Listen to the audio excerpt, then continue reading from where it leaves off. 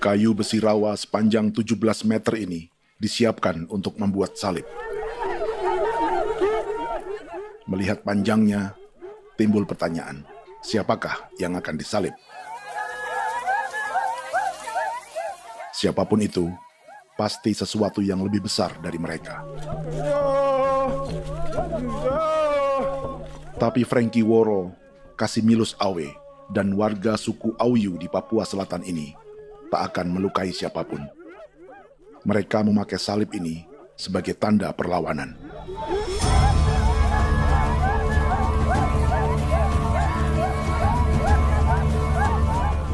Yang mereka lawan memang lebih besar, yaitu pemerintah Republik Indonesia. Pemerintah sedang mengincar 2,5 juta hektar hutan orang Papua untuk proyek tanaman industri pangan dan energi.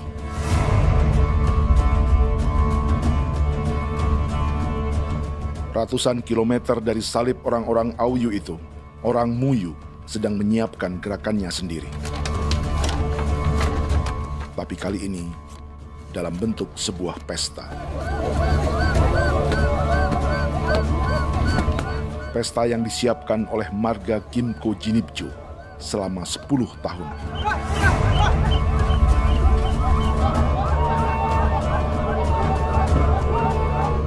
Sosok di marga ini adalah Willem Kimco, orang asli Papua yang tak punya kartu identitas kewarganegaraan manapun.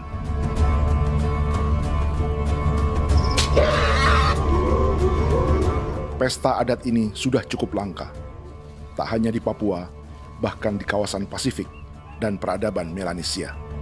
Awalnya bayarnya aneh kalau bukan. Itu nih hati kau kuda kerem bipnuka, dan kita ya kati kau berem baran dipo. Kau memang ambil kau kuning. Ada gagasan dan gerakan sosial di balik pesta orang-orang Muyu ini, sama dengan gerakan salib merah yang dimulai orang-orang Auyu. Salib ini akan menjadi yang terbesar dari 1.800 salib merah yang telah ditancapkan berbagai suku di Papua Selatan dalam 10 tahun terakhir. Ribuan salib merah yang dipadukan dengan palang adat adalah tanda larangan yang menyatukan unsur-unsur adat dan agama. Kami percaya bahwa kalau memang kami sudah tidak mampu untuk menyelesaikan persoalan ini, dalam hal ini perusahaan tidak bisa masuk, berarti kami minta bantuan kepada nenek moyang dan Tuhan. Atribut perang orang Auyu ini diukir atau dilukis, digambar di batang salib ini dengan tujuan bahwa kami larang dengan sangat keras. Jadi apabila siapapun, baik dari antara kita sendiri yang melanggar batas ataupun pihak lain yang mau mengganggu keselamatan hak tanah adat kami, maka kami siap untuk melakukan ancaman perang. Salib-salib ini tidak ditancapkan di halaman-halaman gereja, melainkan di tanah dan hutan adat, di dusun-dusun sagu, dan di tempat-tempat yang disakralkan. Sebab 1.800 palang adat dan salib ini memang bukan semata tentang agama, tapi untuk mencegah negara dan perusahaan memasuki tanah dan hutan adat mereka. Papua bukan Auyu.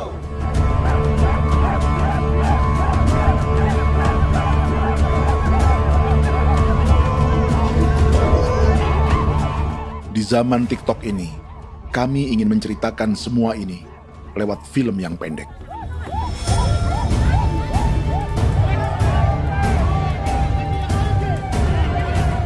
Tapi kami jelas gagal.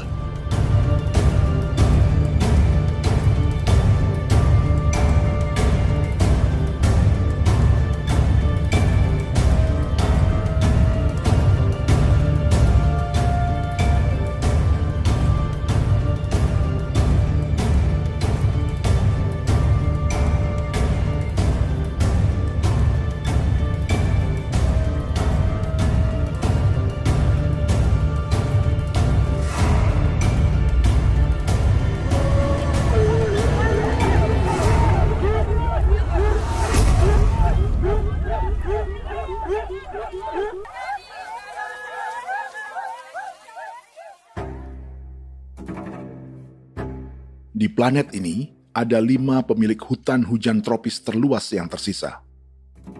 Kongo di Afrika, Brazil, Peru, Bolivia, dan Indonesia.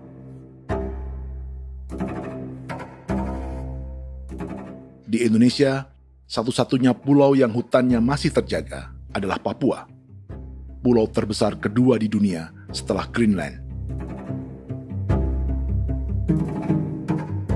Lewat sejarah kolonialisme yang panjang, pulau ini kini dikuasai 2 negara. Bagian barat oleh Indonesia yang juga dikenal sebagai West Papua, dan bagian timur menjadi Papua Nugini. Dan tepat di perbatasan ini, di bagian Indonesia, sedang terjadi proyek pemusnahan hutan terbesar di dunia.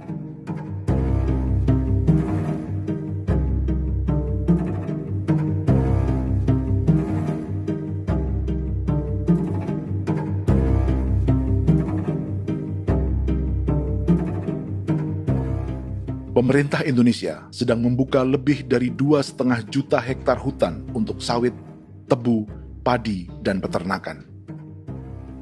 Ini disebut proyek strategis nasional untuk lumbung pangan dan energi yang jadi ambisi 3 presiden. Bagian terbesar direncanakan untuk mencetak sawah seluas 1,3 juta hektar. Lalu bagian lain akan ditanami tebu seluas 560.000 hektar untuk gula dan bioetanol. Setiap liter bensin di Indonesia akan dicampur bioetanol 10% atau E10. Ada 10 perusahaan di proyek ini, dan semuanya dimiliki oleh 1 keluarga saja. Berikutnya, ada areal sawit seluas 400.000 hektar untuk biodiesel. Targetnya mencampur 50% solar dengan minyak sawit atau B50. Dan terakhir, pemerintah akan membuka peternakan seluas 380.000 hektar. Jadi, apa yang salah dengan proyek pangan dan energi ini? 5 orang Papua dalam film ini akan menjawabnya.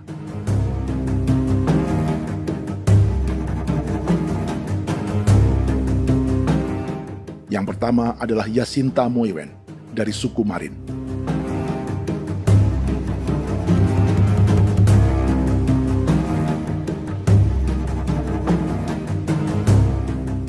Yasinta dan warga di distrik Ilwayap di Merauke sudah menjadi korban. Hutan dan rawa sebagai sumber pangan dan ekonominya telah dihancurkan. Jalan sepanjang 135 km sedang dibuat, dan di kiri kanannya akan dicetak 1 juta hektar sawah. Mereka sulit menolak atau melawan. Salib sudah digeser, masih datang lagi dengan senjatanya mereka nih. Karena proyek ini juga dijaga tentara. Macam-macam senjatanya.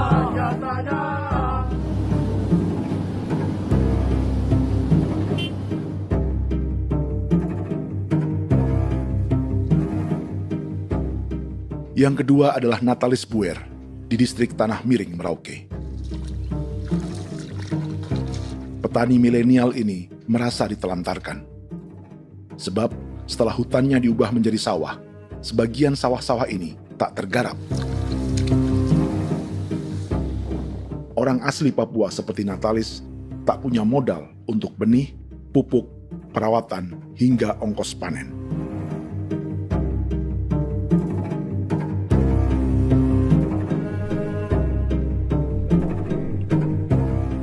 Orang ketiga adalah Vincent Kuipalo dari suku Yenan di distrik Jagebob, Merauke. Vincent dan suku Ye sedang menjadi korban. Hutan adat orang-orang Ye sedang dihancurkan untuk perkebunan tebu dan bioetanol. Tanah mereka juga diincar untuk markas-markas militer, pasukan yang akan menjaga proyek pangan dan energi ini.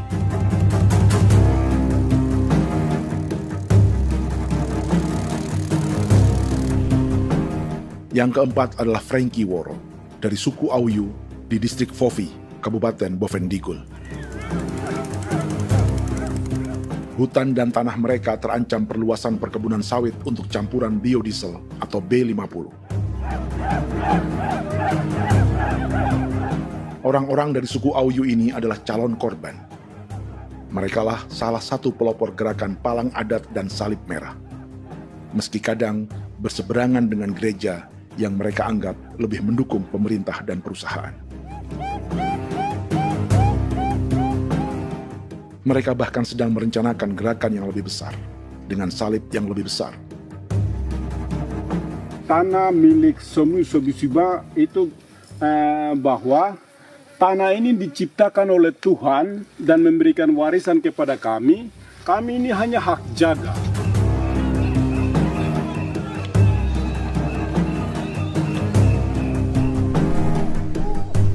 Sosok kelima adalah Willem Kimco dari suku Muyu di Bovendigul.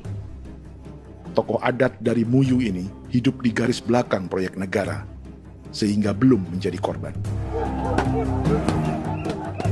Tapi mereka sedang bersiap menghadapi segala kemungkinan. Tinggal di belantara dan perbatasan membuat sebagian mereka tak punya status kewarganegaraan. Tapi mereka telah hidup jauh sebelum ada Indonesia atau Papua Nugini.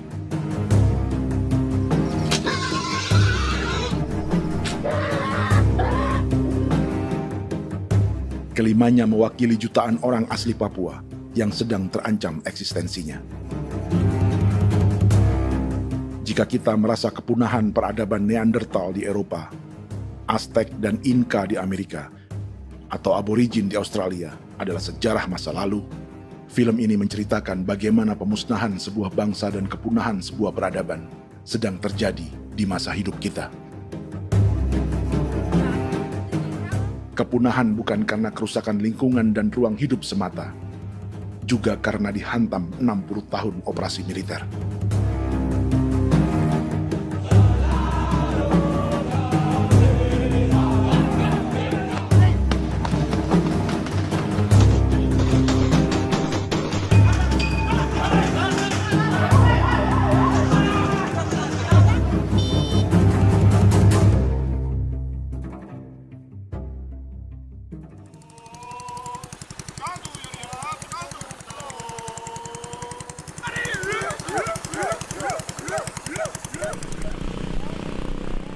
Frankie Woro dan orang-orang Auyu sedang berburu.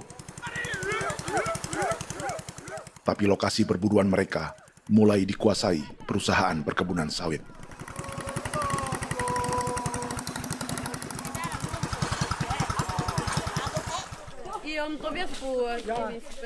Kita akan menuju arah ke Inabusu. Di sana kami akan masuk di wilayah konsesi perusahaan PT Indo Asiana Lestari, dan di situ ya ada survei-survei mereka yang mereka pernah lakukan, tapi juga kami ada lakukan tanda-tanda saksi di sana.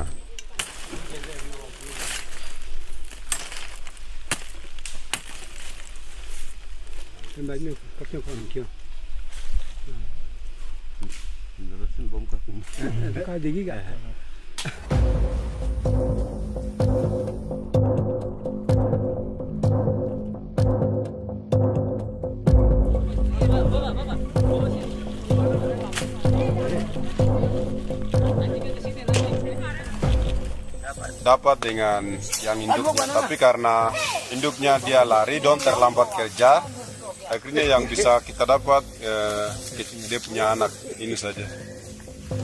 Kalau pakai bahan dari hasil.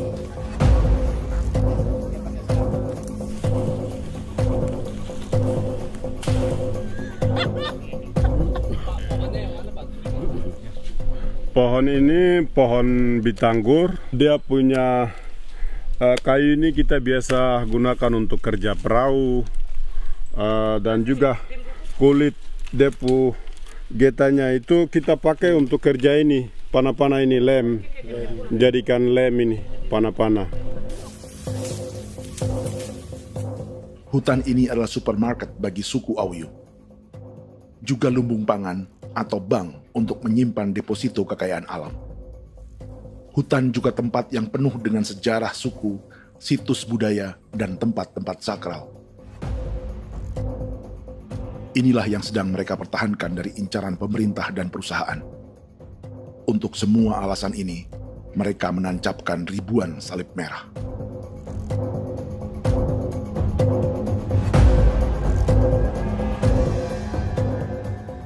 Tapi dari kampung, warga suku Auyu memberi kabar pada Frankie tentang intimidasi oleh aparat negara agar mereka melepas tanah ke perusahaan sawit dan berhenti memasang palang adat dan salib merah.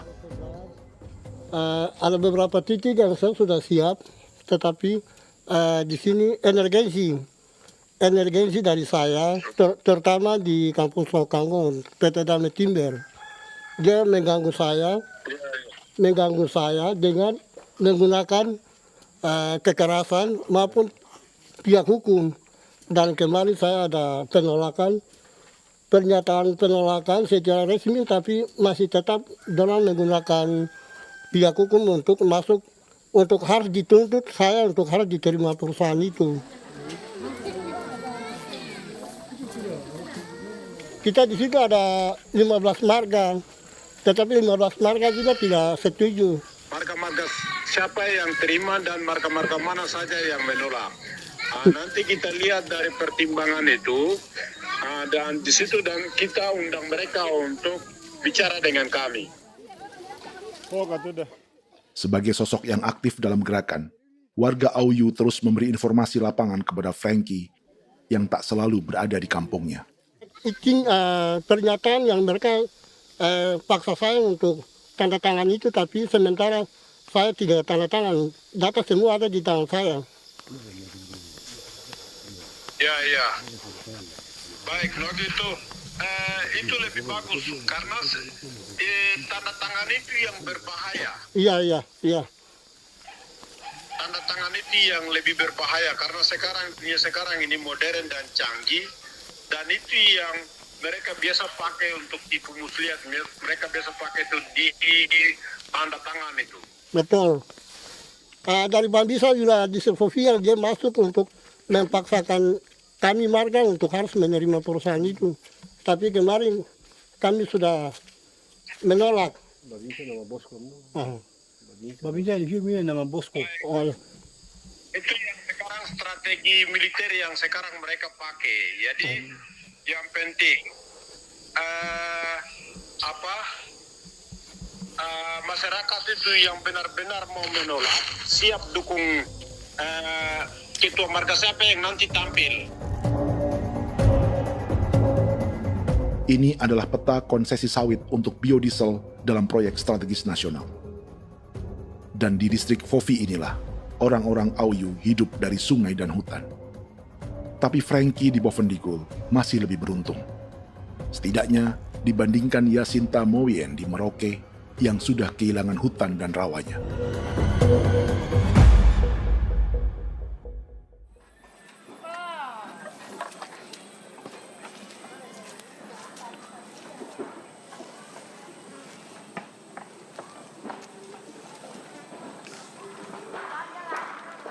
Yasinta dari suku Marin adalah petani sayur di Kampung Wanam, distrik Ilwayap, Merauke.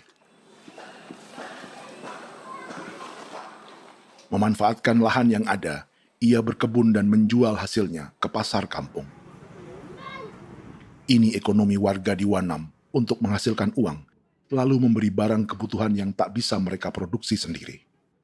Tapi kehidupan sebenarnya ditopang oleh ekosistem hutan dan rawa. Inilah sumber pangan utama dan peradaban mereka.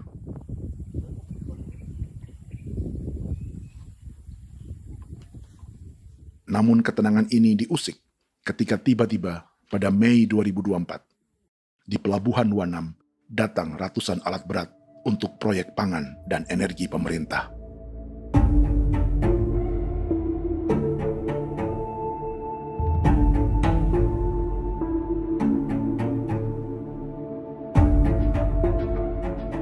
Kami masyarakat setempat kami tidak tahu. Kami kaget pagi-pagi kapal sudah ada di pelabuhan kami.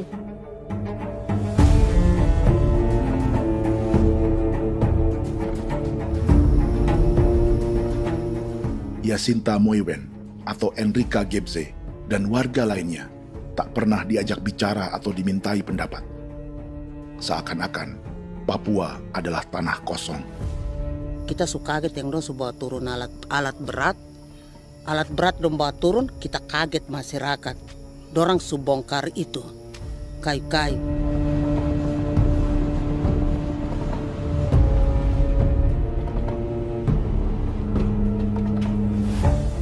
Bersamaan dengan alat-alat berat itu, juga berdatangan tentara Indonesia untuk mengawal proyek pembukaan hutan milik Jacinta.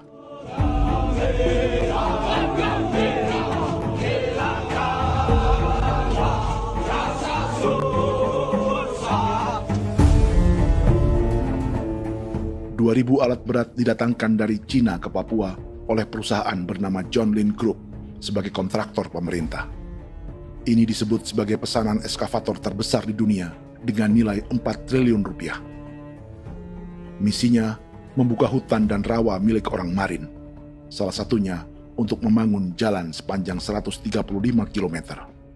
Sementara di kiri kanannya akan dicetak sawah yang ditargetkan seluas 1,3 juta hektar. Jalan berupa garis lurus ini bukan rute tradisional ekonomi masyarakat. Jalan ini akan menghubungkan kawasan perkebunan sawit dan tebu di sebelah timur, juga untuk mobilisasi pasukan militer. John Lin Group adalah perusahaan yang dimiliki Andi Samsudin Arsyad atau yang dikenal dengan Haji Isam. Sebagian orang mengenalnya sebagai pengusaha yang hobi balapan mobil.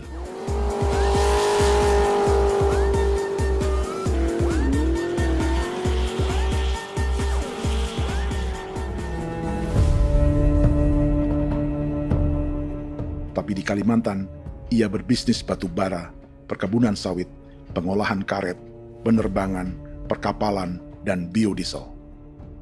John Lin Group kini juga menjadi pemilik perkebunan tebu dan pabrik gula terbesar di Indonesia. Sayapnya melebar dari Kalimantan hingga ke Bombana, Sulawesi Tenggara. Perkebunan tebu, pabrik gula, dan industri bioetanol inilah yang juga sedang dikembangkan di Papua. Foto ini adalah momen ketika Isam bersama kerabatnya, Menteri Pertanian Amran Sulaiman dan Menteri Pertahanan Syafri Samsudin, meluncurkan program biodiesel atau B50 di Kalimantan Selatan. B50 artinya, setiap 1 liter solar, 50%-nya akan dicampur minyak sawit. Perusahaannya, PT John Lin Agroraya, menjadi salah satu pemainnya.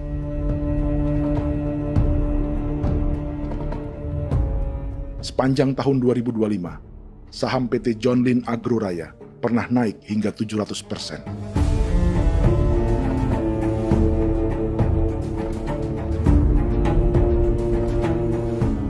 Perusahaan sawitnya yang lain, PT Pradiksi Gunatama, sahamnya bahkan pernah naik 4.000% hanya dalam 1 tahun.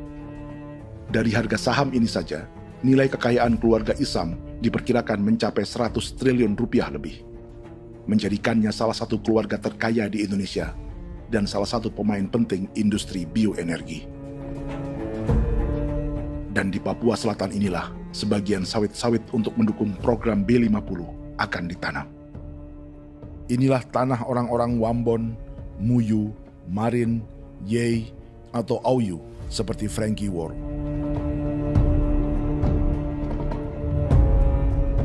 Haji Isam pernah menjadi tim kampanye nasional Presiden Joko Widodo dalam pemilu 2019 saat melawan Prabowo. Bintang Mahaputra Utama diberikan kepada Saudara Andi Syamsuddin Arsyad.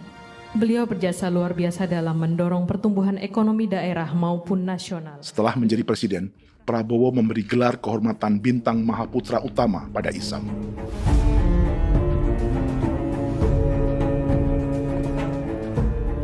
Sejumlah menteri Prabowo, juga kerabat dan orang-orang yang pernah bekerja di perusahaan Isam.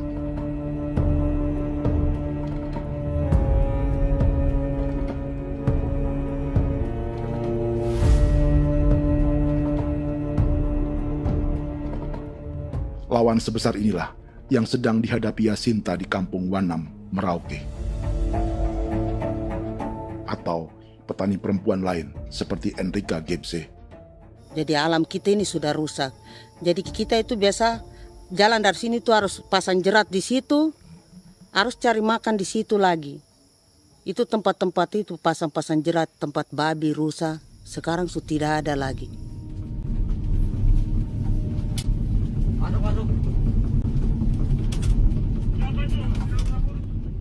Rekaman ini memberi gambaran bagaimana Kasuari kehilangan rumah di bekas hutan dan rawa.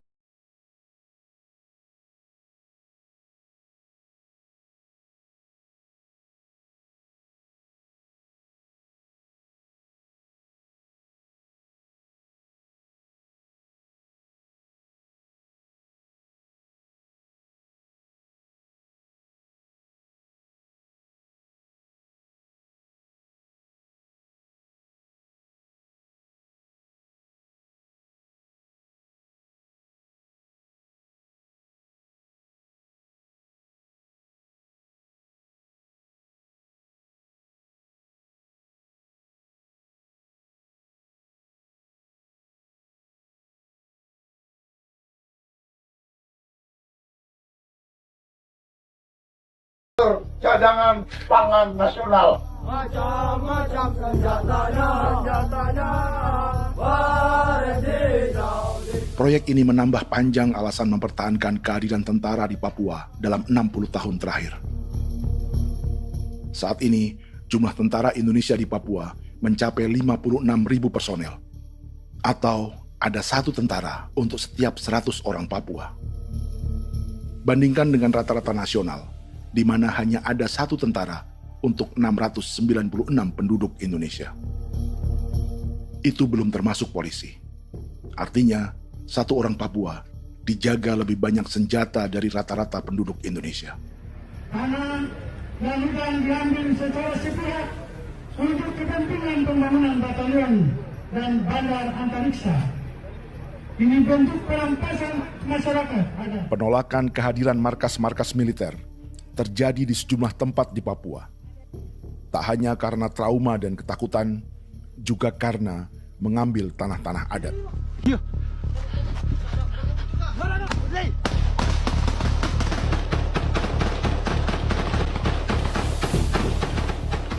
Salah satu alasan mengapa militer terus ditambah di Papua, karena masih ada perlawanan dari Organisasi Papua Merdeka atau OPM selama 50 tahun terakhir. Ayo. Tapi kekuatan militer OPM diperkirakan hanya 1.430 personel dan 360 pucuk senjata. Selebihnya, mereka menggunakan senjata tradisional.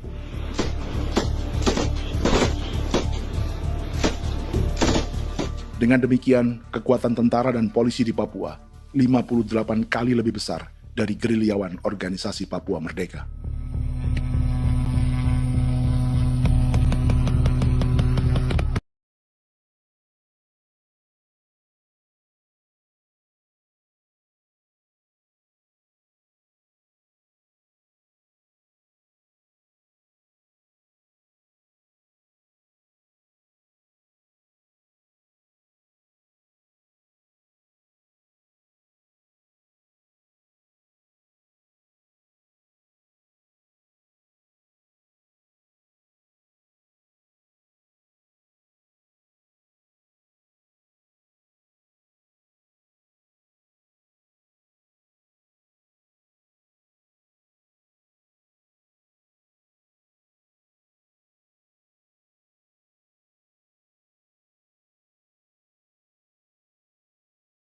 Mengambil hutan milik suku Ye dari marga Kuipalo. Tapi dorong datang tanam ini saja di sini, tanam papa nama ini. Victor Kuipalo menunjukkan apa yang terjadi. Jadi kita juga kaget ini. Nah, kalau ini papa nama ini memang ini papa nama ditanam tapi bukan haknya mereka yang ini. Ini hak kami di sini, hak dusun kami, marga Kuipalo yang punya hak dusun ini. Setelah memasang patok, alat berat mulai bekerja untuk membangun markas militer di tanah orang Ye.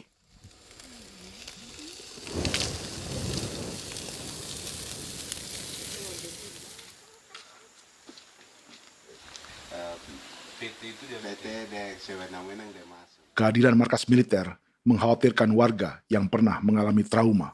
Takut kenapa? Kalau macam yang awal macam sekarang bu kampung hidup ini kan aman. Terus kenapa harus didirikan korem di sini? Bukankah dengan adanya Korem semakin aman ada tentara di sini? Kalau untuk kampung kayaknya tidak bisa aman kalau ada tentara, paling masyarakat dipukul itu ini. Kalau kampung hidup begini malah saya sejahtera dan saya punya masyarakat. Apa pernah ada pengalaman buruk sebelumnya dengan tentara di daerah sini? Ada yang cerita waktu pos-pos di sini tuh di 13, 12 itu zaman katanya Patimura. Memang kasihan. Malah kita punya orang ini yang dianiaya betul, dipukul. Disuruh kerja bakti tidak mau atau lama mencari, namanya kita pangkur sagu itu butuh waktu 1 minggu. Kalau lama begitu ya paling diseret atau pukul itu. Operasi militer Indonesia di Papua dimulai tahun 1962 lewat Operasi Trikora. Tapi perlawanan bersenjata pertama di Papua baru dilakukan tahun 1965 di Manokwari. Nanti tanggal 1 Mei jam 12.30 pemerintahan di Irian Barat mutlak akan jatuh di tangan.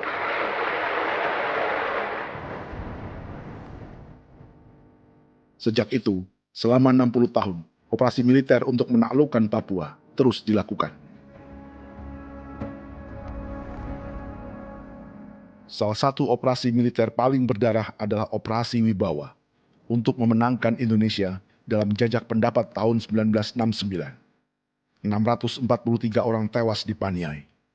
Lalu disusul 4.146 korban tewas antara tahun 1977 hingga 1978.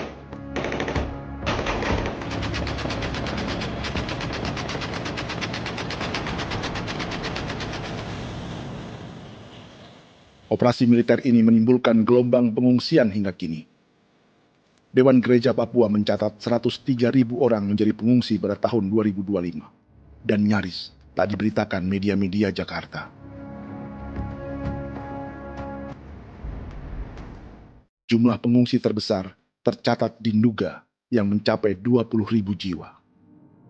Banyak di antaranya yang sedang hamil, seperti Jubiana, salah satu pengungsi Nduga. Jadi ini takarik mesti kaki be muguruk berselari di namen wani gosem. Bigari me. Tegirik munene an nimbo misle berselari ne.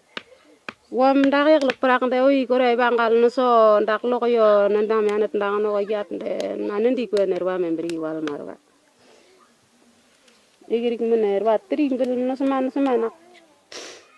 Ngal siya kaya berkumpit nyak masalah orena me wako suluk. Dari namin wani ko semane kuman nak wani ndemo ko ndak misali namin bre ko lok nak no semane ne.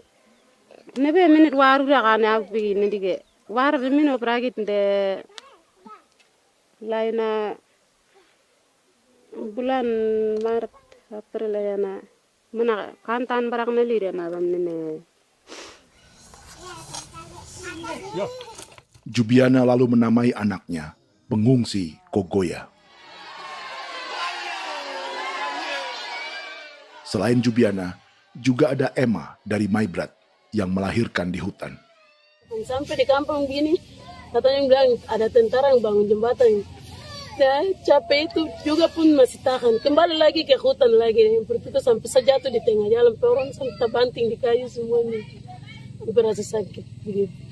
Melengkapnya tuh Domika Serli, pengungsi Wako. Masyarakat sipil dari Kampung Aitrem sementara mengungsi karena kampungnya sementara dikuasai oleh TNI Polri.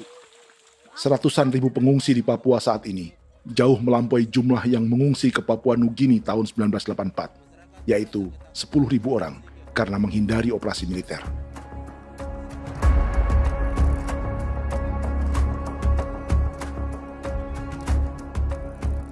Bersamaan dengan operasi militer, eksploitasi sumber daya alam Papua juga dilakukan sejak masuknya tambang emas dan tembaga Freeport pada tahun 1967.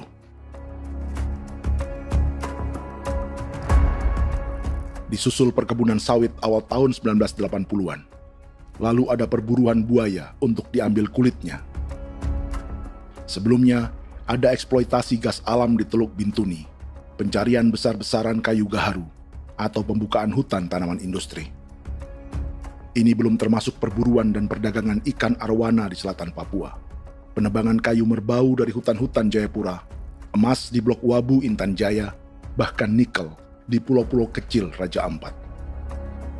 Dan kini, dalam skala yang belum pernah terjadi dalam sejarah, Papua dipaksa mencetak sawah, tebu untuk bioetanol, dan sawit untuk biodiesel.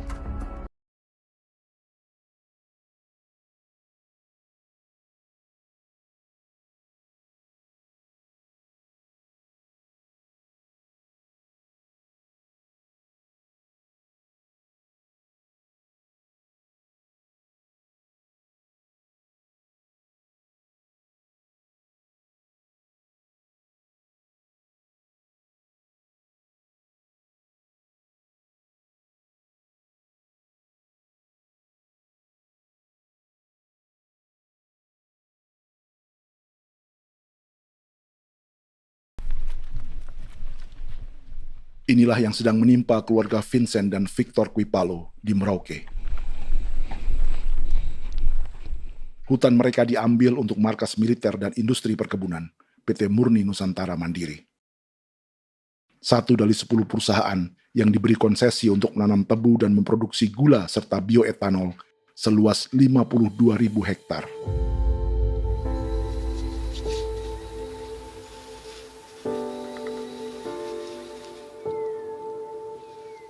Perusahaan ini dianggap mengambil hutan dan tanah orang-orang Ye, terutama marga Kuipalo, yang memiliki hak adat terhadap 2.300 hektar hutan.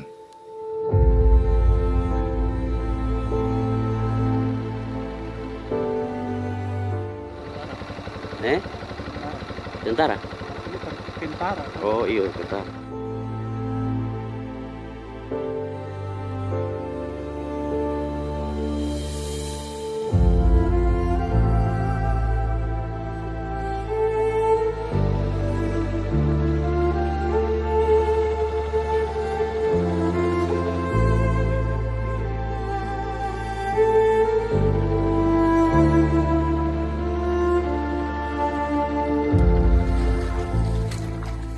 Keluarga Kuipalo sedang melihat apakah perusahaan semakin mengancam tanah mereka.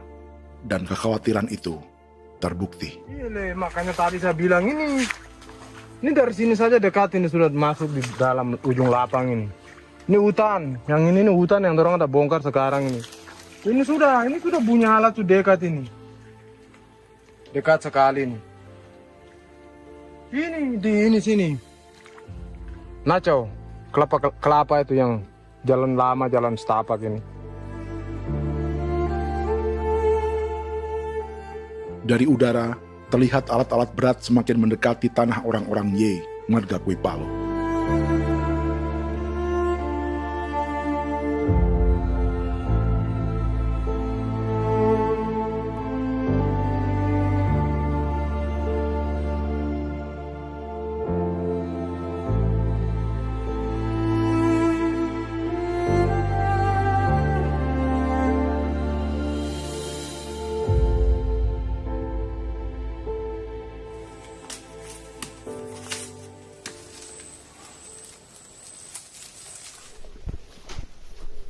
Keesokan harinya, Victor dan kerabatnya memberi tanda cat merah di pohon-pohon yang berada di batas tanah mereka.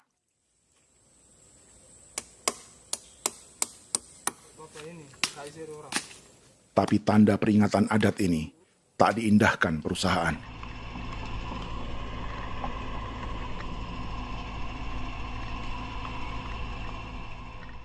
Dua bulan kemudian, perusahaan tetap memasuki tanah marga Kuipalo. Sama.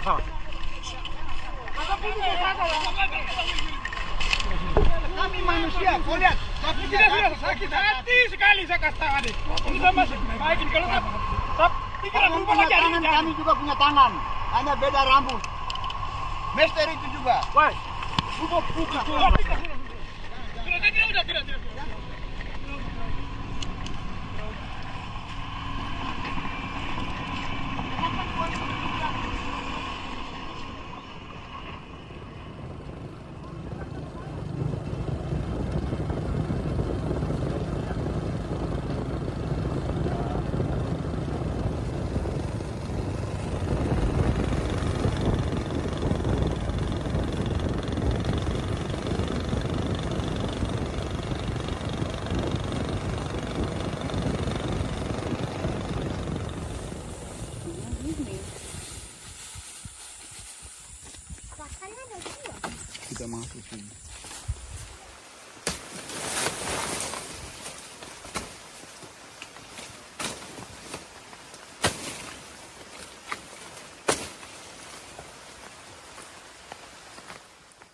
Jadi ya untuk itu seperti saya katakan tadi, apakah lebih baik kita tidak usah ada kan atau bagaimana, kita pisahkan, pisahkan dari negara ini kan, jangankan tuh.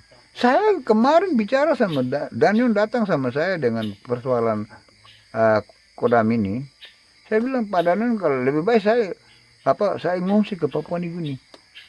Dia bilang, aduh Bapak jangan begitu. Ya memang, kalau tidak bisa menghargai kami, lebih baik pilihan yang itu yang saya memilih. Lebih baik saya pindah dari sini. Saya mengungsi ke Papua Nugini, di negara tetangga. Masih di laut. Apa? Saya bilang sama Kapolsek, Pak Agustus ini 17 Agustus saya tidak kasih naik bendera merah putih. Saya bendera ada, nanti saya taruh di meja. Bendera saya ada. Karena saya punya pikiran percuma kita ini merasa bahwa kita hidup di bawah naungan merah putih. Ternyata merah putih tidak lindungi kami.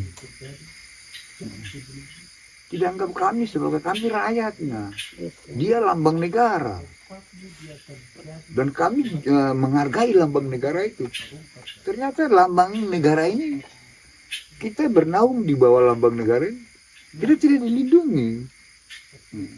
Hak kita tidak dihargai.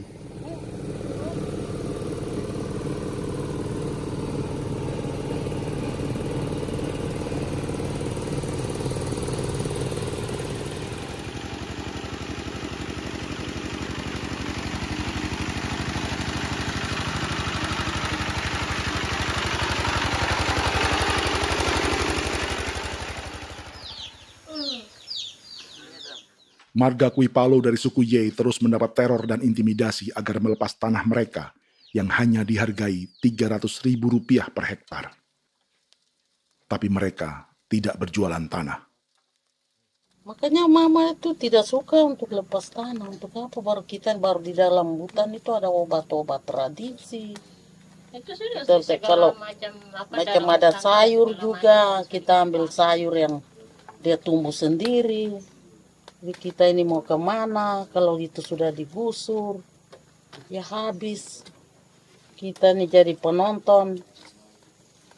Jangan sampai kita ini duduk minta di jalan. Jadi kita tidak mau seperti itu. Makanya tanah itu kita tidak melepas. Tapi mungkin orang lain tuh dia senang saja. Lebih baik saya pegang uang merah dulu. Saya bisa beli-beli itu ini. Nanti datang uang sudah habis, gembel. Mau cari kemana lagi, hutan sudah habis. Mau makan ikan di mana, kali sudah hancur. Seperti Yasinta di Wanam, suara dan gerakan kaum perempuan Papua sangat nyaring dan tak bisa diabaikan. Saya sebagai perempuan tolak untuk perusahaan masuk di sini. Karena kalau saya terima anak-anak saya mau dikemanakan, mau tinggal di mana. Apapun yang terjadi saya tetap tolak. Demi tanah ini saya akan berjuang, demi saya punya anak-anak. Yang katanya mengutamakan anak Papua, nyatanya yang kerja kebanyakan ya orang-orang Jawa. Saya sendiri orang Jawa, tapi bukan mau bicara yang tidak-tidak. Memang kenyataannya seperti orang-orang Papua itu diterbelakangkan, kurang diutamakan, gitu.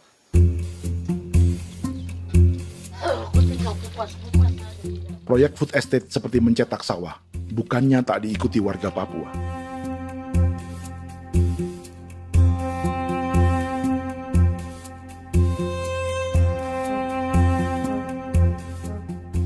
Salah satunya Natalis Buer di distrik Tanah Miring, Merauke.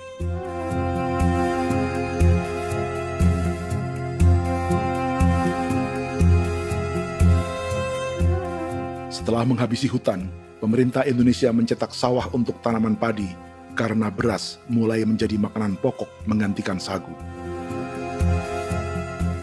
Sebagian besar penggarapnya adalah warga transmigran yang datang sejak era 1980-an.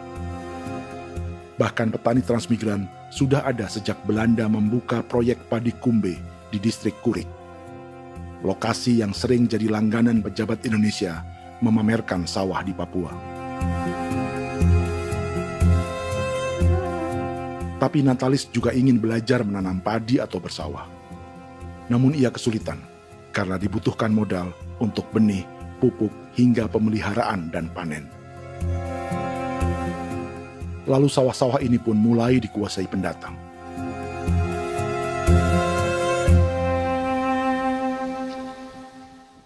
Tapi sejauh ini di kampung kami ini yang saya lihat memang ada kelompok kami punya di sini yang sudah tergabung dalam Gapoktan, kemudian masuk dalam optimalisasi lahan. Tapi baru saya anak asli yang punya lahan di sini. Mereka tidak punya. Pemerintah dalam hal ini adalah Kementerian Pertanian bersama-sama Kementerian Pertahanan yang dalam hal ini pada garis di bawahnya adalah TNI Angkatan Darat memberikan support yang maksimal kepada masyarakat khususnya di Merauke dalam rangka. Saya kemarin habis 9 juta. 9 juta ya? Iya, 9 juta karena dia sudah tidak dipakai toh. Ya. Perempuan Papua seperti Filomina juga mau bertani. Pemerintah memberi bantuan Rp900.000 per hektar lewat program optimalisasi lahan atau OPLAH. Tapi dibanding biaya produksi dan harga jual gabah, Filomina mengaku berkali-kali rugi dan kini memutuskan tak lagi menggarap sawahnya. Terus kita harus cari uang untuk kombek. Betul. Karung kita beli. Karung beri sendiri lagi. Tenda kita beli. Ini dari yang offline ini don tidak siapkan. Tidak ada. Tidak ada ya, jadi mama don sendiri. Itu yang saya ada bilang, 900.000. Itu modal untuk kerja sawah ini. Mulai dari kerja sampai nanti panen. Panen. Wih, ngeri sekali. Iya, lucu toh? Tidak dapat itu. Betul, Mam. Dong pemaksud begini. Kalau disuruh tanam ubi berhektar-hektar, mari datang. Kita tahu cara rawatnya bagaimana, iya. Tanamnya bagaimana, tanam model bagaimana supaya hasilnya model begitu. Kita tahu. Kalau yang ini kan kita baru belajar. Sebagian hutan milik warga Senayu di Merauke sudah dibuka untuk sawah dan kebun tebu oleh PT Global Papua Abadi. Proyek pertanian ini dikerjakan oleh Kodim Merauke. Mereka melepas sebagian tanah karena ingin belajar bertani. Saya punya nenek moyang tidak ajar saya tanam padi.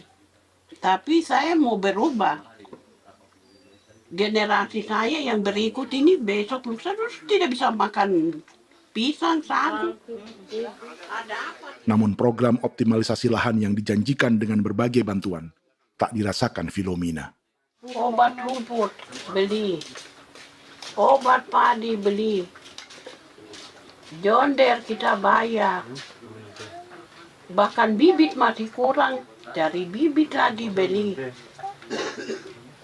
Jadi saya memang kalau program pemerintah saya sama sekali saya tidak suka.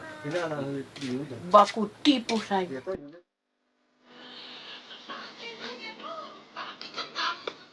Mereka merasa ditinggalkan sendiri, jatuh bangun belajar bertani padi. Sementara sumber pangan dan air yang semula mudah didapat, kini telah berganti sawah dan kebun tebu. Dulu kita masih bisa jalan, nanti masak di kali, pakai air kali. Minum pakai air kali. Sekarang kok mau masak? Tidak ada air. Air ada susu, mau minum tidak bisa. Sudah dengan obat. Drone semprot tebu itu saja drone. Drone yang semprot. Saya lihat di itu. Jadi kita bukan drone yang terbang di atas untuk disemprot. Dong lempar pupuk di bawah ya dia mengalir ke kali. Mengalir ke kali, ke rawa-rawa.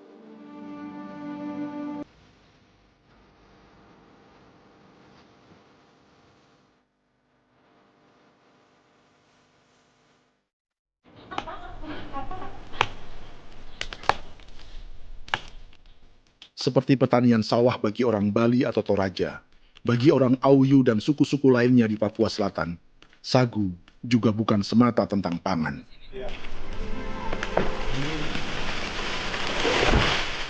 Bagi orang Auyu dan Marin, sagu adalah kerabat, sosok orang tua, sosok nenek moyang, yang harus dijaga dan dilindungi. Lagi bikin apa mama ini, Mama? Mau pakai tokok itu sagu.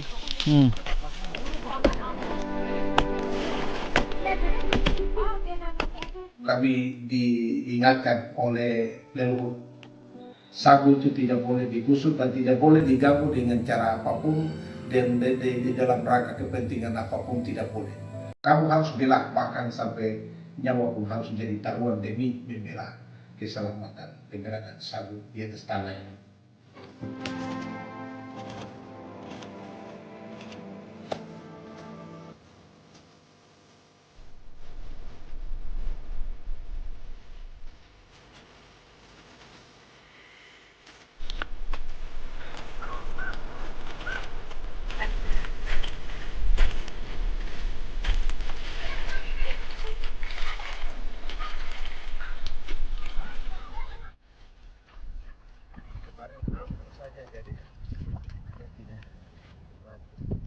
Menurut Natalis, pemerintah di Jakarta mendefinisikan lumbung pangan semata urusan beras dan mencetak sawah.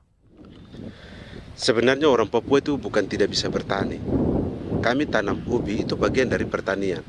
Nah, pertanian yang dimaksud oleh pemerintah itu harusnya selalu itu kalau bisa pemerintah harus spesifikkan pertanian apa yang dimaksud, pertanian tanam padi atau pertanian tanam ubi, petasan dan lain-lain. Ini yang harus dispesifikkan dulu.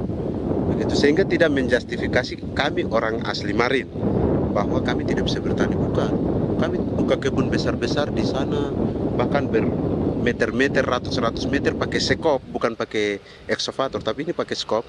Itu pertanian, begitu. Bagi Natalis, alih-alih memaksimalkan sawah-sawah yang sudah ada untuk petani Papua, pemerintah selalu membuka hutan baru, seperti dikerjakan perusahaan John Lynn Group dan melibatkan tentara. Padahal, sejarah keterlibatan militer dalam proyek food estate atau cetak sawah adalah sejarah kegagalan yang bertubi-tubi 4 presiden selama 30 tahun terakhir.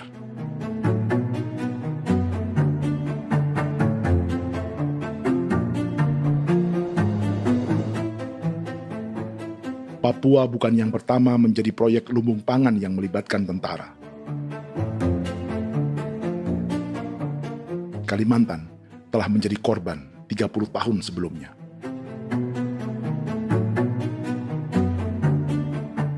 Ini adalah bekas hutan yang sudah dibuka di Pulang Pisau, Kalimantan Tengah. Tahun 1996, di era Presiden Jenderal Soeharto, ia menghabisi 1 juta hutan di lahan gambut untuk mencetak sawah demi memenuhi ambisi swasembada beras, bukan swasembada pangan.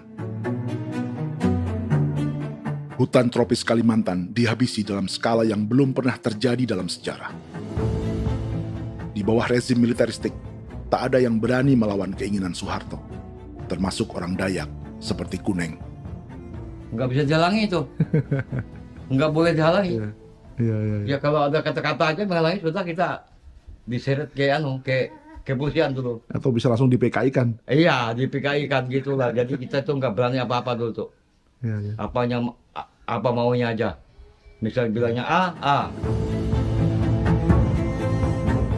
Setahun setelah pengundulan hutan skala besar itu, tahun 1997, untuk pertama kalinya Kalimantan mengalami kebakaran lahan dan kabut asap terbesar dalam sejarah.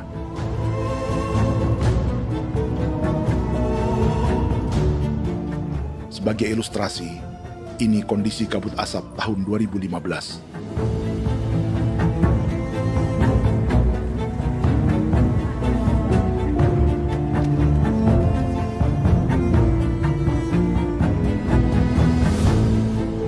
Proyek 1 juta hektar sawah Jenderal Soeharto itu gagal. Bendungan dan saluran irigasi mangkrak hingga kini.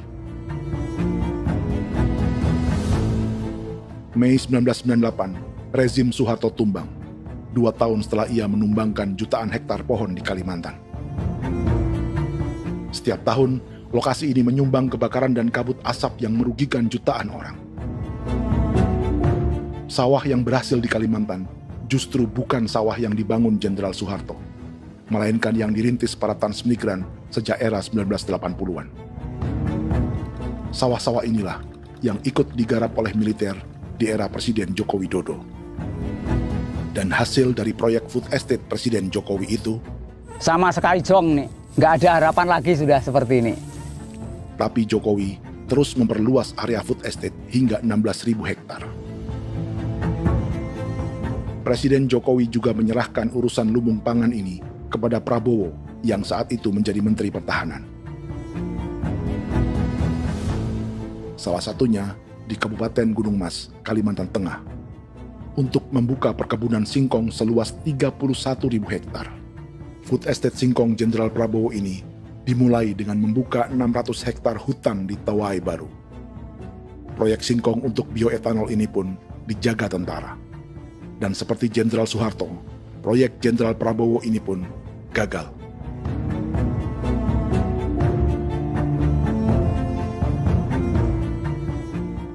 Dengan reputasi ini, Joko Widodo dan Prabowo justru sedang membuka 2,5 juta hektar di Papua.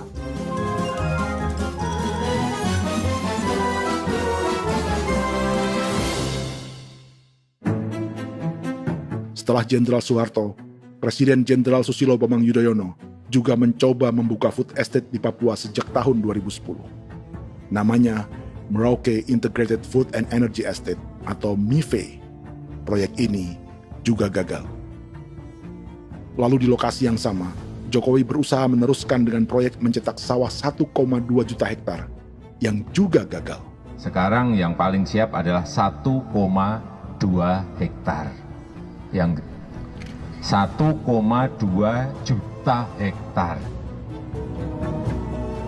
Dan kini, Prabowo yang pernah gagal dengan 600 hektar singkong di Kalimantan justru akan mengulangi di Papua dengan skala 2,5 juta hektar. Di daerah Papua pun harus ditanam kelapa sawit supaya bisa menghasilkan juga BBM dari kelapa sawit. Dalam setiap proyek pangan dan energi di Papua, yang lebih menonjol bukan tanaman pangannya, melainkan untuk energi atau bahan bakarnya. Sawit untuk biodiesel dan tebu untuk industri bioetanol. Ada 10 perusahaan yang diberi konsesi hingga 0,5 juta hektar untuk tebu. Dan 10 perusahaan itu dimiliki oleh satu keluarga saja.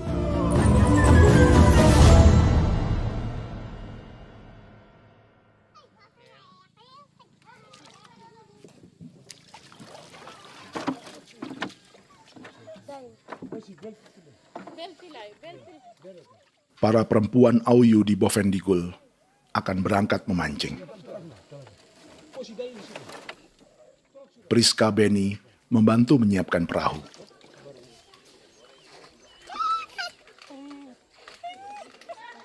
Mereka akan mengumpulkan bahan pangan di hutan untuk persiapan acara penancapan salib merah berikutnya.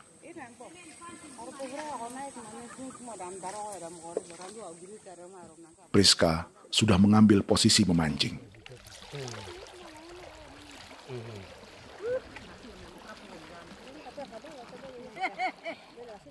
.800 salib merah telah dipasang di wilayah adat berbagai suku di Papua Selatan untuk menghalau perusahaan sawit dan tebu.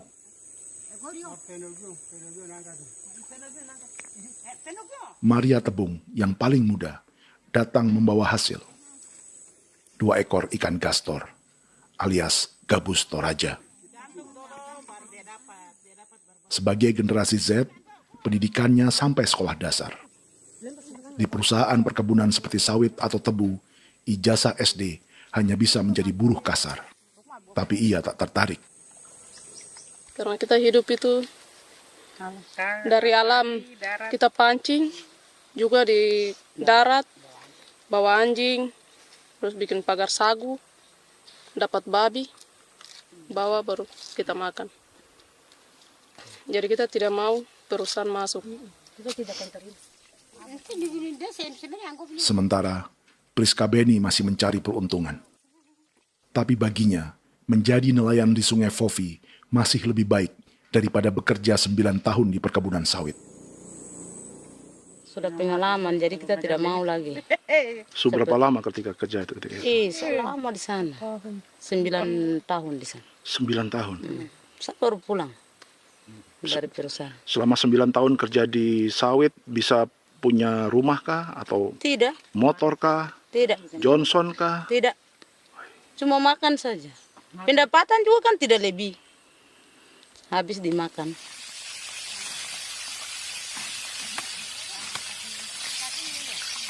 Satu minggu libur berapa hari? Tidak libur. Minggu tetap kerja? Tetap kerja. Tidak bisa ke gereja? Hari Minggu kerja. Hari Minggu juga kerja. Jadi dia tidak mengenal agama perusahaan itu. Di grup perusahaan sawit Korindo, Priska digaji 2 juta rupiah per bulan dan tinggal di mes karyawan. Tapi gaji itu dipotong bahan makanan atau BAMA rata-rata 1 juta rupiah setiap bulan. Korindo adalah grup perusahaan yang salah satu usahanya adalah hutan tanaman industri dan sawit di Bovendigul dan Merauke. Di Papua, mereka memakai bendera PT Tunas Sarwa Ema. Perusahaan ini pernah memberi bantuan pada Keuskupan Agung Merauke. Keuskupan Merauke belakangan mengeluarkan pernyataan mendukung proyek strategis nasional di Papua. Umat Katolik yang memprotes sikap gereja tersebut ditangkap polisi. Jadi selama 9 tahun tidak bisa nabung? Tidak. Makan saja. Makan saja. Makan saja. Menabung bagaimana? Keperluan banyak. Tidak sampai. Habis di anak-anak uang sekolah. Uang 1 juta itu mana sampai. Menabung juga tidak cukup. Sudah pengalaman, jadi kalau di sini perusahaan mau masuk tidak.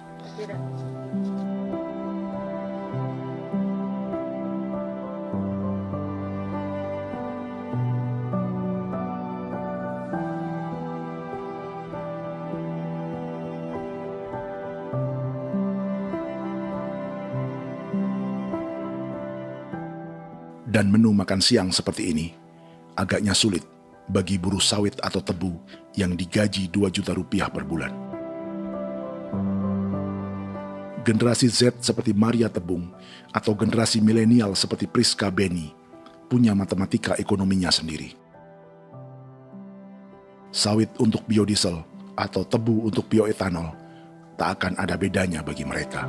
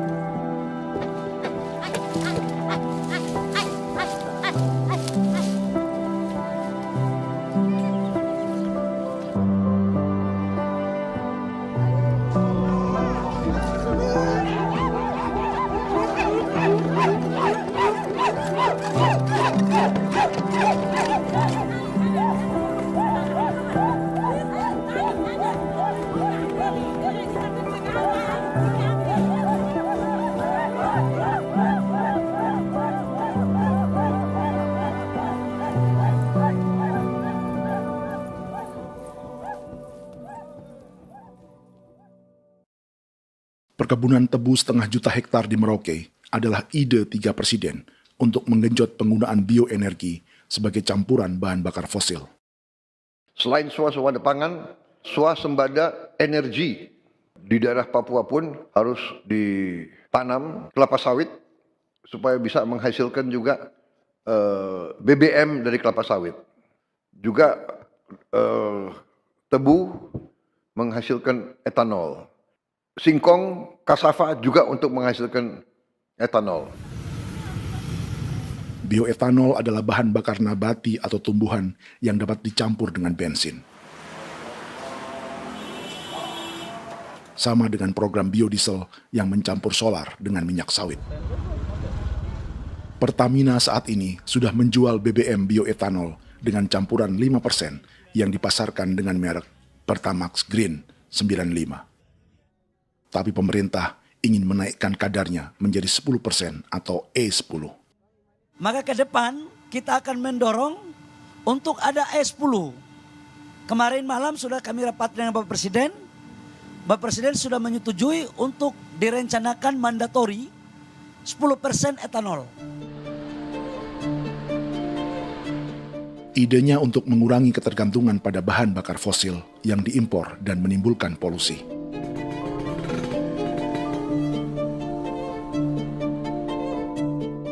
Tapi bioetanol bukannya tak mengorbankan lingkungan, hutan, rawa, dan manusia.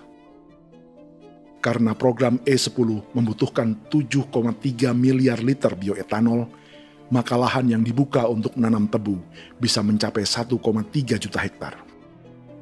Sementara saat ini, luas perkebunan tebu di Indonesia hanya 500 sampai 600 ribu hektar. Artinya, butuh lahan baru hingga 800 ribu hektar untuk menanam tebu. Dan 500 ribu hektar diantaranya sedang dibuka di Papua. Hutan yang tadinya untuk menumbuhkan pangan berubah jadi tanaman untuk bahan bakar di jalanan. Kecepatan pulihnya hutan beradu dengan jumlah dan kecepatan kendaraan di jalanan.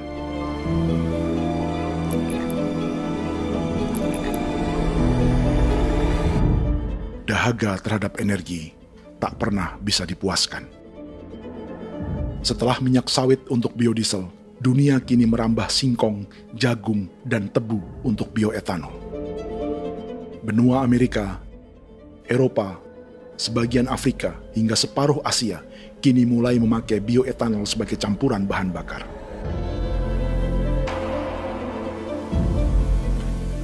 Selain perebutan lahan, masa depan dunia juga dibayangi semakin mahalnya harga pangan karena persaingan antara perut manusia dengan tangki kendaraan. Ini adalah lokasi perkebunan tebu dan bioetanol PT Murni Nusantara Mandiri yang mengancam tanah Vincent Quipalo dan orang-orang Ye di Merauke. Beberapa kilometer di selatan adalah PT Global Papua Abadi yang mengancam tanah orang-orang Muyu dan Marin.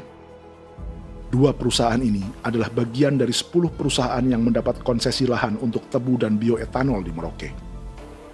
Batas konsesi mereka bahkan sama dengan batas negara Indonesia dengan Papua Nugini. Salah satu ciri bahwa peta konsesi ini dibuat di Jakarta dari atas meja. Sama seperti kolonial Inggris dan Belanda ketika mereka membagi Pulau Papua dengan garis lurus pada abad 19. Seakan Papua adalah tanah kosong. Bedanya, meski peta konsesi ini mengatur batas 10 perusahaan, tapi perusahaan-perusahaan ini sebenarnya dimiliki oleh satu keluarga saja.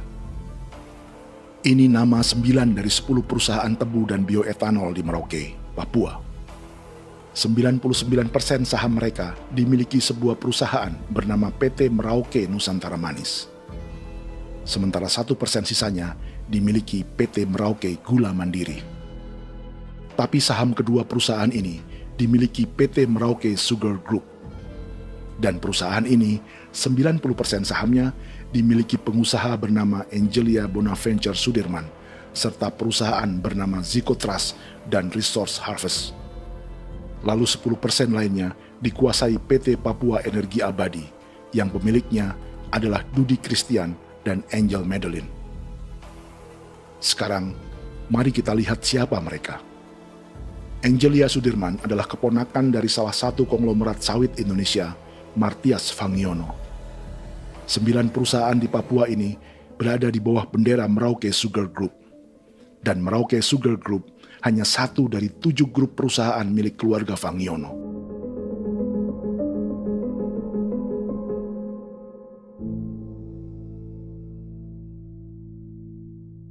Ini Martias Fangiono.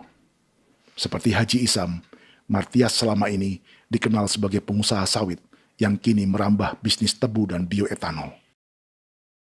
Ini momen saat penanaman perdana tebu di Merauke bersama Presiden Joko Widodo Juli 2024. Di sini juga ada anak Martias Fangiono, yaitu Wirastuti Fangiono. Wirastuti adalah salah satu yang menonjol dari keluarga Fangiono. Tahun 2025, Forbes mencatatnya sebagai konglomerat termuda dengan kekayaan 23 triliun rupiah yang mengendalikan 2 grup usaha, FAP Agri dan Surya Dumai Industri. Keduanya adalah perusahaan sawit dan biodiesel. Anak dan bapak ini adalah investor utama bagi Jokowi dan Prabowo untuk proyek tebu dan bioetanol di Papua. Sementara yang ini adalah mertua Sitorus, pemilik raksasa agribisnis dunia, Wilmar International, yang juga memegang konsesi sawit di Papua lewat berbagai perusahaan. Tapi mertua kini memakai bendera baru, yaitu KPN Corporation atau Karunia Prima Nastari. KPN inilah yang memiliki kelindan bisnis dengan keluarga Fangiono untuk proyek tebu Merauke. Apalagi grup Wilmar yang didirikannya juga pemain gula utama di Australia. Tahun 2010, Wilmar membeli 100% saham perusahaan gula terbesar Australia, Sucrogin. Akuisisi senilai 1,5 miliar dolar Amerika ini langsung menjadikan Wilmar pemain tebu terbesar kelima dunia. Sebagian bibit tebu yang ditanam di Merauke adalah varietas yang dikembangkan Lembaga Riset Gula Australia atau Sugar Research Australia. Sugar Research Australia lalu menjalin kontrak pengembangan bibit dengan PT Global Papua Abadi milik Fangiono. Tapi masalahnya, Sugar Research Australia adalah badan publik yang tugasnya memajukan petani tebu dan sebagian dananya berasal dari pajak warga Australia. Itu artinya, warga Australia membiayai pengembangan bibit tebu untuk investor dan pemerintah Indonesia. Dokumen ini menunjukkan bahwa lembaga yang dibiayai warga Australia itu pernah memiliki kontrak penyediaan bibit dengan PT Global Papua Abadi milik keluarga Fangiono. Kontrak itu baru berakhir pada November 2024. Artinya, saat Presiden Jokowi dan keluarga Fangiono menanam bibit tebu pada Juli 2024 ini, kontrak itu masih berlaku. Nama lain dalam keluarga ini adalah Siliandra Fangiono, yang pada tahun 2024 dijuluki Raja Sawit Termuda dengan kekayaan 39 triliun rupiah dalam catatan Forbes. Ia mengendalikan grup First Resources. Secara umum, keluarga Fangiono memiliki 20 perusahaan di Sumatera, 32 perusahaan di Kalimantan, 1 di Jakarta, 2 di Singapura, dan 25 perusahaan di Papua. Di Papua, perusahaannya tersebar dari Sorong, Mapi, hingga Merauke. Para politikus dan pejabat Indonesia terus membesarkan konglomerasi, meski Martias Fangiono pernah divonis 1,5 tahun penjara karena kasus pembalakan liar dan kebun sawit ilegal tahun 2007. Sementara tahun 2022, Wilmar terlibat kasus korupsi ekspor minyak sawit dan divonis mengembalikan kerugian negara 11,8 triliun rupiah. Tumpukan uang ini disebut sebagai pembayaran dari grup Wilmar yang diterima secara simbolis oleh Presiden Prabowo pada Juni 2025 lalu. Tapi peran raksasa biodiesel dan bioetanol dunia ini belum akan surut di Indonesia. Bahkan sebaliknya. Sebuah dokumen presentasi bisnis dari Wilmar International Limited pada tahun 2010 ini bisa menjadi petunjuk. Presentasi ini bagian dari proses pembelian 100% saham raksasa tebu Australia, Sucrogin. Dalam presentasi ini, Wilmar mengaku ditawari konsesi lahan 200.000 hektar di Papua, atau dulu disebut Irian Jaya, untuk menanam tebu.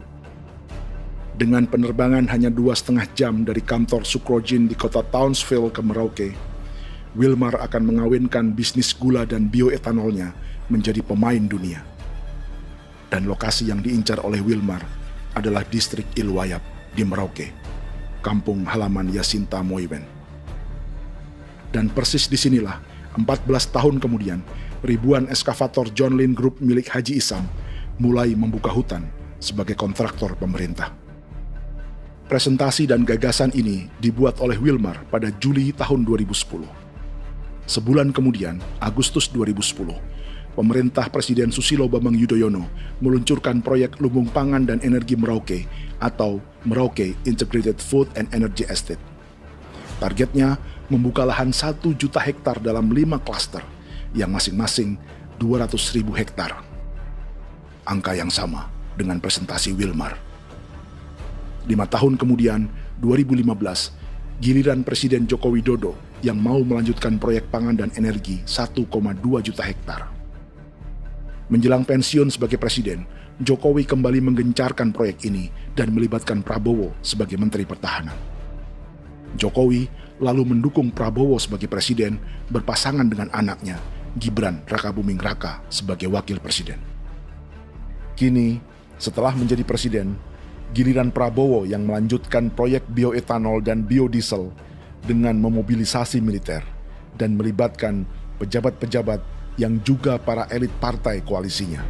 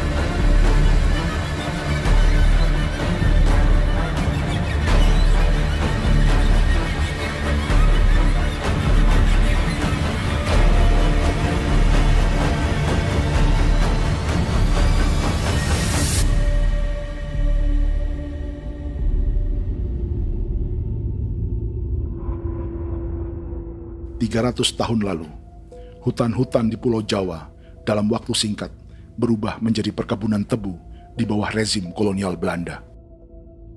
Orang Jawa menjadi buruh dan petaninya dipaksa menanam tebu. Dari kolonialisme dan politik tanam paksa itu, Belanda memperkaya negara dan para investornya.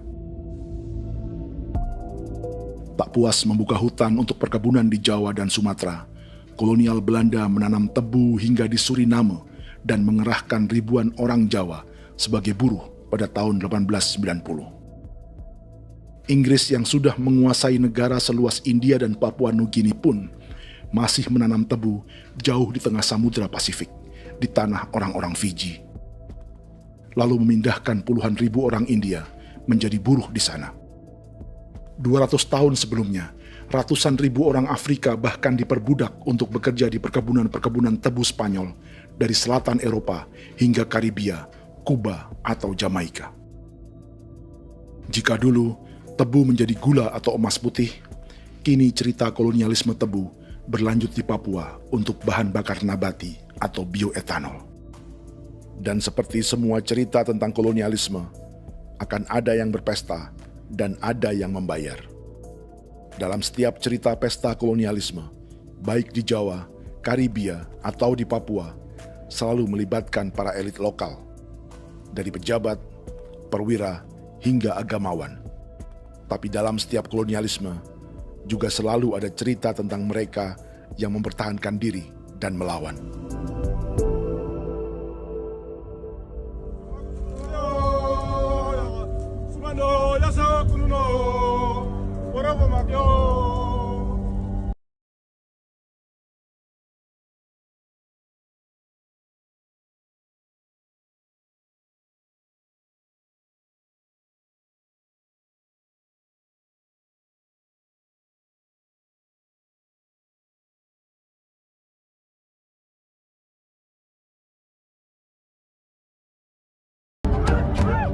Dalam sejarah Gereja Katolik banyak pemimpin-pemimpin yang adalah, tanda petik itu adalah Judas-Judas juga.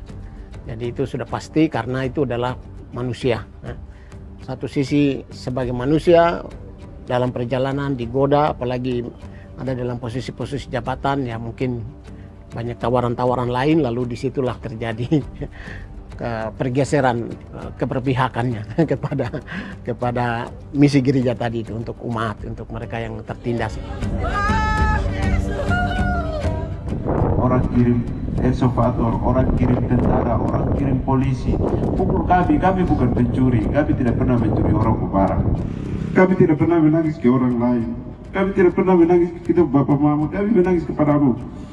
Tuhan kami lemah. Tidak tahu. Ini hijau orang lain datang ke bangsa kami, ke wilayah kami untuk kasih habis kami.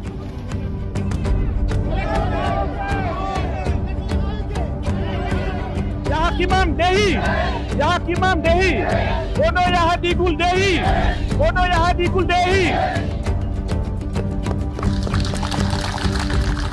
Kita buat sasi seperti begini untuk menolak perusahaan apapun yang masuk di tanah kami. Kalau kita kasih, kita bikin rusak sekarang, kita punya generasi berikutnya mau dapat kemana? Jadi kita nyatakan sikap di sore hari ini, kami tolak! Apa yang dilakukan pemerintah untuk PSN adalah kejahatan. Pemerintah bagian dari kejahatan, aktor perusak dan pembunuh terhadap negara, terhadap alam, hutan, terhadap manusia. Jadi negara jadi aktor pembunuh. Jadi Pilatusnya siapa? Negara, pemerintah Jakarta ini. Tanah Wiu bukan tanah kosong. Masyarakat adat kami rasakan. Perusahaan tolak. Biar asal.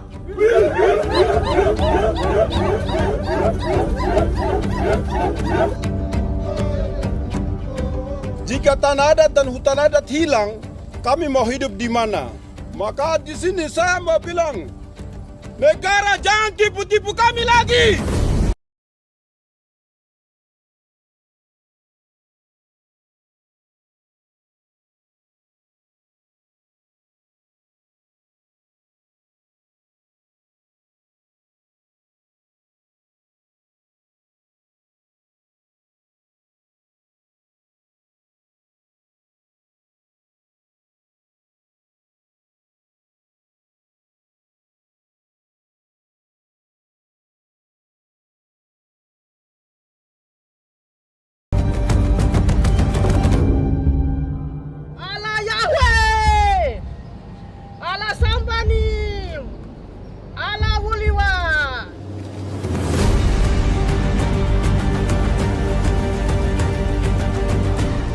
Kalau kami dianggap orang Papua itu bagian daripada Republik ini, tolong hargai kami. Dengan adanya PSN, PT John Lindrop yang sudah menerobos tanah kami dan hutan kami, merusak alam kami. Itu yang kami datang ke Jakarta jauh-jauh dari Papua. Kami mau bersuara kepada Bapak Presiden Prabowo Subianto, di mana keadilan untuk masyarakat Papua. Tolong lihat masyarakat Papua yang sudah mati. Kami bersepakat menyatakan, 1. Gereja-gereja di Indonesia mendukung masyarakat adat yang menolak proyek strategis nasional di tanah Papua. 2. Gereja-gereja di Indonesia menolak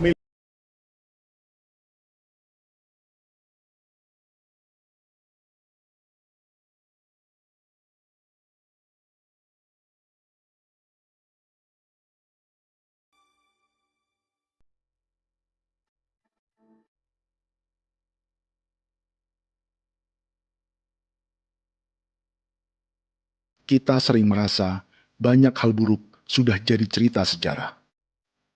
Dan kita sekarang hidup lebih baik, lebih beradab, atau mustahil melakukan kejahatan seperti di masa lalu. Kita tidak lagi menghukum mati orang dengan memenggal kepalanya. Kita menembaknya atau menyuntik racun agar tertidur dan mati. Tapi ada hal-hal yang tak berubah. Salah satu pembantaian yang kuat di ingatan kita adalah kejahatan Nazi atau genosida di Rwanda. Padahal pembantaian juga sedang terjadi di masa kita, seperti di Gaza, Palestina. Penghancuran sebuah peradaban seperti Indian di Amerika atau aborigin di Australia juga kita anggap masa lalu. Sekarang kita merasa lebih baik dan lebih toleran. Padahal proses penghancuran bahkan pemusnahan yang sama sedang terjadi terhadap bangsa Melanesia di Papua. Begitu juga dengan praktik kolonialisme. Kita merasa penjajahan seperti dilakukan Portugis, Inggris, atau Belanda sudah menjadi sejarah. Dan Indonesia tidak mungkin menjajah. Padahal itulah yang sedang terjadi dan dirasakan di Papua.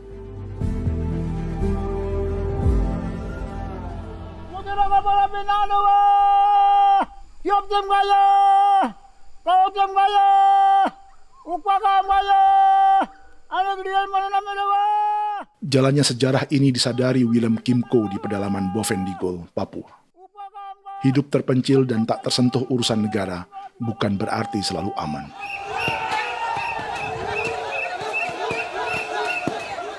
Untuk sampai di tempat ini, orang-orang Muyu menempuh 2 hari berjalan kaki mengarungi hutan, lembah, dan sungai.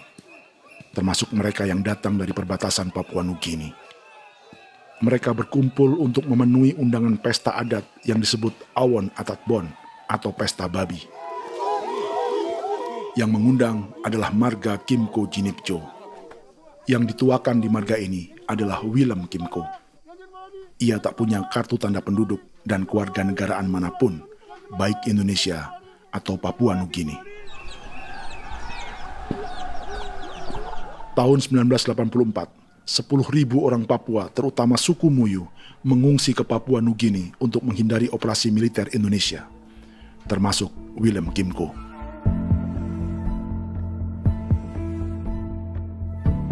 Apa yang membuat pesta adat ini istimewa? Apa bedanya dengan acara serupa yang dihadiri pejabat, tokoh agama, LSM, atau yang direkam oleh kru televisi dan konten kreator? 18. Pertama, untuk membuat pesta babi, orang Muyu perlu persiapan selama 10 tahun. Sebab, babi-babi yang akan jadi bagian dari pesta ini tak boleh dibeli, alias harus dipelihara sendiri. Babi-babi ini bukan bantuan pejabat pemerintah, gereja, atau LSM.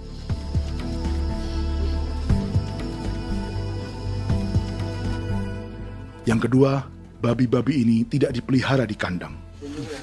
Jadi punya nama babi ini kah? Harimau. Harimau? Harimau. Dia kulit dengan ini bulu di harimau, macam harimau begitu yang kasih nama harimau.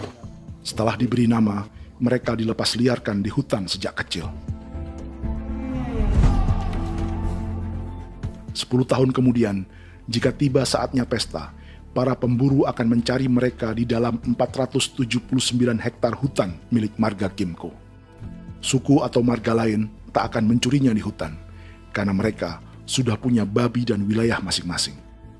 Itu artinya mereka harus tetap menjaga dan mempertahankan hutannya agar babi-babi bisa hidup. Demikian juga dengan lahan pangan mereka, yang menumbuhkan sagu, keladi, atau aneka sayuran.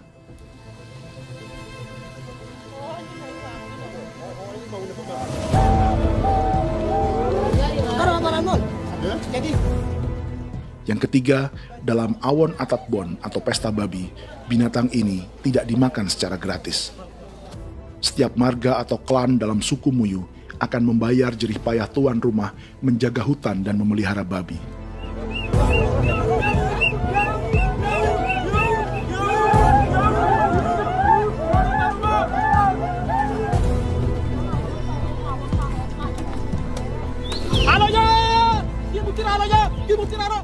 Ini seperti arisan untuk menjaga budaya dan lingkungan. Bagian dari budaya dan ekonomi timbal balik yang ditandai dengan siklus memberi dan menerima.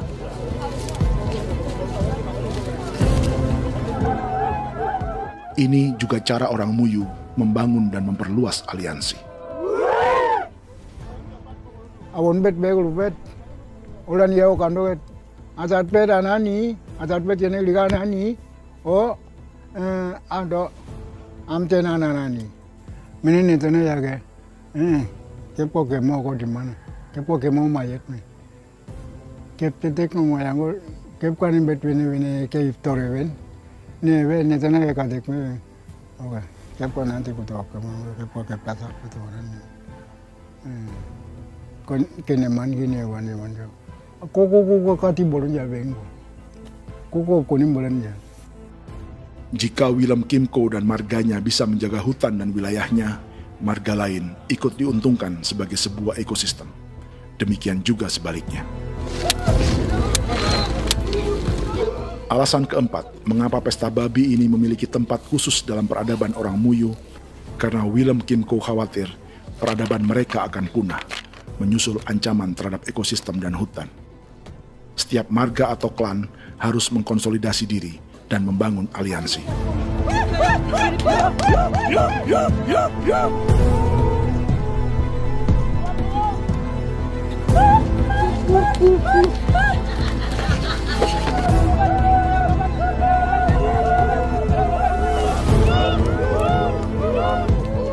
Kekhawatiran Willem dan orang-orang Muyu tak berlebihan.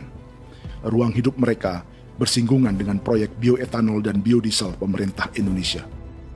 Mereka juga tahu apa yang telah dan sedang menimpa suku lain seperti Auyu di Bovendigul atau Yainan dan Marin Anim di Merauke.